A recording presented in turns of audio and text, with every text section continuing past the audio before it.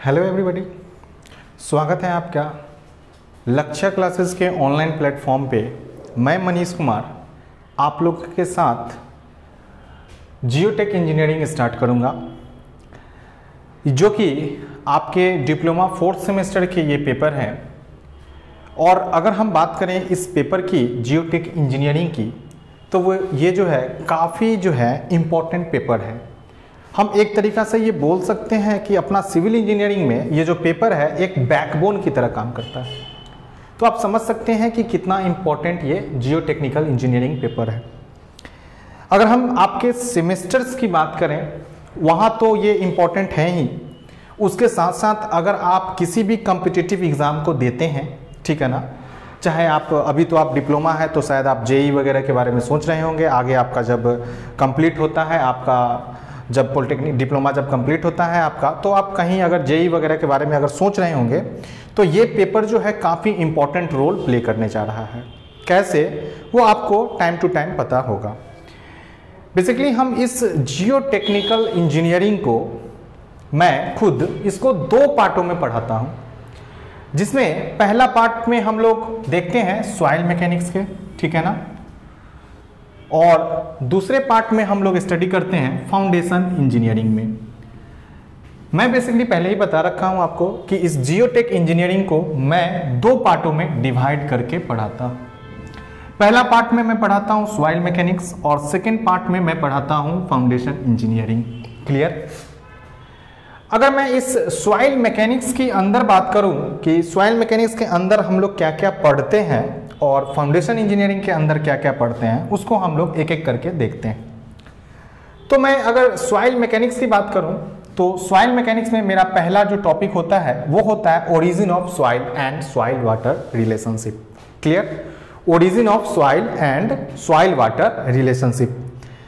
यहाँ पे हम लोग देखेंगे कि आखिर सॉइल का ओरिजिन कैसे हुआ, सॉइल का फॉर्मेशन कैसे हुआ, और वाटर के साथ उसका क्या रिलेशनशिप है, एयर के साथ उसका क्या रिलेशनशिप है, और व्हाटएवर जो भी रिलेशनशिप है उसको हम लोग इस टॉपिक के अंदर में कवर करेंगे। नेक्स्ट मेरा होगा क्लासिफिकेशन ऑफ सॉइल। जब हम लोग सॉइल के ओरिजिन के बारे में समझ लेंगे, उसके वाटर रिलेशनशिप के बारे में समझ लेंगे, तो फिर हम लोग उसको क्लासिफाई करेंगे कि सॉइल कितने तरीके से हम लोग क्लासिफाई कर सकते हैं, किस सॉइल को क्या बोलते हैं और क्या क्या नाम है, व्हाटएवर जो भी कुछ है। जैसे कि कुछ क्वेश्चंस लोगों का होता है, कुछ स्टूडेंट्स के क्वेश्चंस होते हैं कि सर सैंड कैसे आप, जैसे sand is a type of soil, तो कुछ स्टूडेंट का क्वेश्चन होता है कि सर ये सैंड कैसे आप बोल रहे हैं सॉइल का ही एक तरीका से पार्ट है, या फिर यूं बोले कि सैंड जो है वो सॉइली है, मिट्टी है, कैसे आप बोल रहे हैं। तो इन सब चीज़ों के बारे में हम लोग डीपली इसमें स्टडी करेंगे कि कैसे कैसे ये क्लासिफाई किए गए हैं। नेक्स्ट अगर हम बात करें तो नेक्स्ट जो मेरा टॉपिक होगा वो होगा मेरा कंपैक्शन।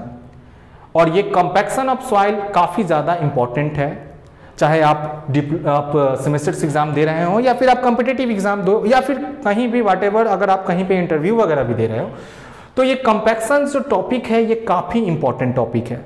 एक बात मैं यहाँ पे बता दूं आप लोग को, आप लोग अभी तो शायद डिप्लोमा के स्टूडेंट हैं 4th सेमेस्टर के, लेकिन मेरा जो लेवल होगा वो डिप्लोमा के साथ साथ थोड़ा सा हम लोग हाई लेवल में चलेंगे कि कोई भी कॉम्पिटिटिव छोटा मोटा कॉम्पिटिटिव एग्जाम के डिप्लोमा लेवल के होते हैं, उसमें जो भी क्वेश्चंस आते हैं उसको आप यहीं पे जो है कवर कर लो, ताकि आपको थोड़ा सा ईजी होगा। उन सब चीज़ों को हम लोग एक नज़र में देखते चलेंगे, ठीक है। घबराने की जरूरत नहीं है, काफ़ी इजी वे में हम लोग का ये टॉपिक चलेगा, कहीं से कोई स्ट्रेस नहीं होगा। क्लियर? नेक्स्ट अगर हम बात करें, मेरा जो 4th होगा, जिसमें हम लोग सॉइल मैकेनिक्स में जो 4th टॉपिक पढ़ते हैं वो होता है मेरा effective stress and seepage through soil. ये काफ़ी ज़्यादा इंपॉर्टेंट है। अगर हम लोग इफेक्टिव स्ट्रेस के बारे में अगर समझ लेते हैं, सॉइल के इफेक्टिव स्ट्रेस के बारे में, सीपेज थ्रू सॉइल के बारे में अगर हम समझ लेते हैं, तो काफ़ी हद तक मेरा जो है ये सॉइल मैकेनिक्स ईजी हो जाता है। नेक्स्ट अगर हम टॉपिक की बात करें तो नेक्स्ट है मेरा वर्टिकल स्ट्रेसेस, ठीक है ना। नेक्स्ट अगर हम बात करें जो टॉपिक होगा वो आपका होगा कंसोलिडेशन। क्लियर? ये कंसोलिडेशन क्या होता है, वर्टिकल स्ट्रेस क्या होता है, effective stress and seepage through soil क्या होता है, इन सब चीज़ों को जब हम लोग टॉपिक कवर करेंगे उसमें हम लोग डीपली स्टडी करेंगे। घबराने की जरूरत नहीं है। अभी बस मैं स्टडी कर रहा हूँ कि क्या आप लोग को इस सॉइल मैकेनिक्स या फिर यूं बोले कि इस जियोटेक्निकल इंजीनियरिंग में आप लोगों को क्या क्या जानना है। क्लियर? नेक्स्ट अगर हम बात करें तो 7th जो आपका टॉपिक होगा वो होगा आपका shear strength of soil. Clear. Next अगर हम बात करें वो होगा आपका सॉइल स्टेबलाइजेशन। क्लियर है। और उसके बाद 9th टॉपिक की अगर हम बात करें तो वो होगा आपका साइट इन्वेस्टिगेशन एंड सब सॉइल एक्सप्लोरेशन। नेक्स्ट अगर हम लोग 10th की बात करें तो वो होगा मेरा लिक्विफेक्शन।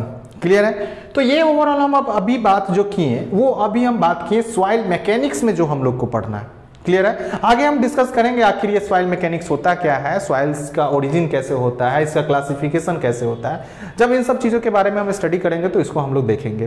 क्लियर है। अब इस सॉइल मैकेनिक्स में अगर हम बात कर लें तो आप लोग को जो पढ़ना है वो है origin of soil and soil water relationship. ये टॉपिक आपको पढ़ना है। क्लियर है। ये टॉपिक आपको पढ़ना है कि ओरिजिन ऑफ सॉइल क्या है। नेक्स्ट आपको ये भी पढ़ना है क्लासिफिकेशन ऑफ सॉइल के बारे में भी आपको पढ़ना है।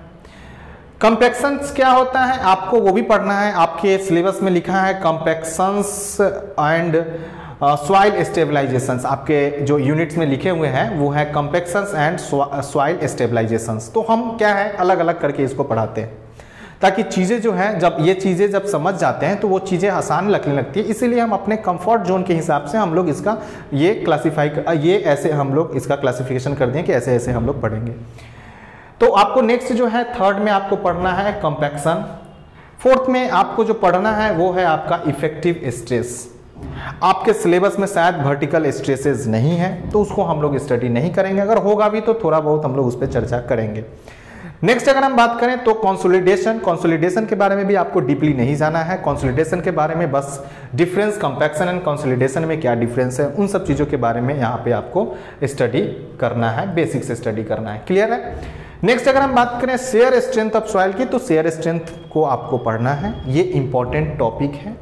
काफ़ी लोगों को अगर हम इस शेयर स्ट्रेंथ टॉपिक की बात करें तो मैक्सिमम लोगों को इस शेयर स्ट्रेंथ वाले टॉपिक में दिक्कत होती है, लेकिन आप लोग के साथ ऐसा नहीं होगा। क्लियर है। नेक्स्ट अगर हम बात करें तो सॉइल स्टेबलाइजेशंस ये आपको पढ़ना है। ठीक है। सॉइल स्टेबलाइजेशन ये आपको पढ़ना है। साइट इन्वेस्टिगेशन एंड सब सॉइल एक्सप्लोरेशन ये भी आपको पढ़ना है और थोड़ा सा हमको लिक्विफेक्शंस के बारे में जो है देखना है। क्लियर है। तो ये ओवरऑल हम लोग को सॉइल मैकेनिक्स में हम लोग जो है सॉइल मैकेनिक्स में इन सब चीज़ों के बारे में पढ़ना है हम लोग को। जो भी इसमें आप लोग को बेसिक्स होगा या फिर जो डीपली पढ़ना है या फिर जो भी कुछ होगा हम लोग इसमें इतना ही टॉपिक से आपका कवर हो जाएगा। क्लियर है। इतना ही टॉपिक हम लोग को पढ़ना है। नेक्स्ट अगर हम बात करें फाउंडेशन इंजीनियरिंग की तो हम बेसिकली जो है अपना फाउंडेशन इंजीनियरिंग में हम लोग जो है स्टडी करते हैं। इवन ये बोलें कि हम अपने इसको क्लासिफाई करके रखे हैं, सॉइल में ये पढ़ना है, फाउंडेशन में ये पढ़ना है। ठीक है ना। तो इसमें हम लोग फाउंडेशन इंजीनियरिंग जब हम लोग स्टार्ट करेंगे तो उसमें हम लोग अर्थ प्रेशर्स के बारे में थ्योरीज, अर्थ प्रेशर थ्योरीज को देखते हैं। उसके बाद हम लोग स्टेबिलिटी ऑफ स्लोप्स को देखते हैं। नेक्स्ट हम लोग शैलो फाउंडेशंस और डीप फाउंडेशंस के बारे में हम लोग स्टडी करते हैं। तो यहाँ पे शायद थोड़ा सा आप लोग के डिप्लोमा के सिलेबस में है वो अर्थ प्रेशर थ्योरीज के बारे में थोड़ा बहुत बेसिक्स आइडिया लेना है। उसके साथ साथ शैलो फाउंडेशन और डीप फाउंडेशंस के बारे में थोड़ा बहुत और स्टेबिलिटी ऑफ सॉइल स्लोप्स में थोड़ा बहुत जो है आप लोग के सिलेबस में बस थोड़ा बहुत ओवरव्यूज इन सब चीज़ों को आपको देखना है। क्लियर है। तो ये ओवरऑल हम अभी बात कर लिए जियो टेक्निकल इंजीनियरिंग में जो आपको पढ़ना है और हम कैसे पढ़ाएंगे आपको वो हम अपना बता दिए। अब हम लोग नेक्स्ट अपना इस जियो टेक्निकल इंजीनियरिंग में पहले जो है हम लोग सॉइल मैकेनिक्स को हम लोग क्या करेंगे स्टार्ट करेंगे। क्लियर है।